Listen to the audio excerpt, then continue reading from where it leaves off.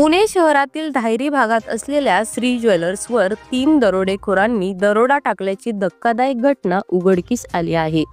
महाराष्ट्राची शैक्षणिक बंडरी समजलं जाणाऱ्या पुणे शहरात गेल्या काही महिन्यांपासून वाढलेली गुन्हेगारी पाहता क्राईम कॅपिटल म्हणून पुण्याचा उल्लेख केला जातो। हत्या, दहशत, अपघात, महिलांवरील अत्याचार, चोरी आणि दरोड्यांच्या घटनांनी पुणे शहर हादरून जात आहे। पोलिसांकडून संबंधितांवर कारवाई देखील करण्यात येते, मात्र पोलिसांच्या कारवाईवर समाधान होत नसल्याचे दिसून येत आहे। कारण पुण्यातील गुन्हेगारीच्या घटना कमी होताना दिसून येत नाहीत। त्यातच आता पुण्यातील एका ज्वेलर्स दुकानातून दिवसाढवळ्या 20 ते 25 तोळे सोनं लुटून नेल्याची धक्कादायक घटना समोर आली आहे। विशेष म्हणजे आरोपींनी चक्क प्लास्टिकच्या बंदुकीचा धाक दाखवून हा दरोडा टाकल्याचीही प्रथमदर्शनी तपासातून समोर आले आहे। पुणे शहरातील धायरी भागात असलेल्या श्री ज्वेलर्सवर 3 दरोडेखोरांनी काही वेळापूर्वी दरोडा टाकल्याची धक्कादायक घटना उघडकीस आली आहे।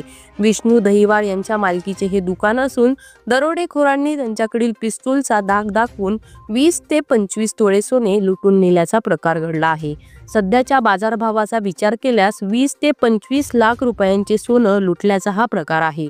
विशेष म्हणजे दरोडेखोरांनी चोरीसाठी वापरलेले पिस्तूल हे खेळण्यातील असल्याचे पोलीस तपासात स्पष्ट झाले आहे।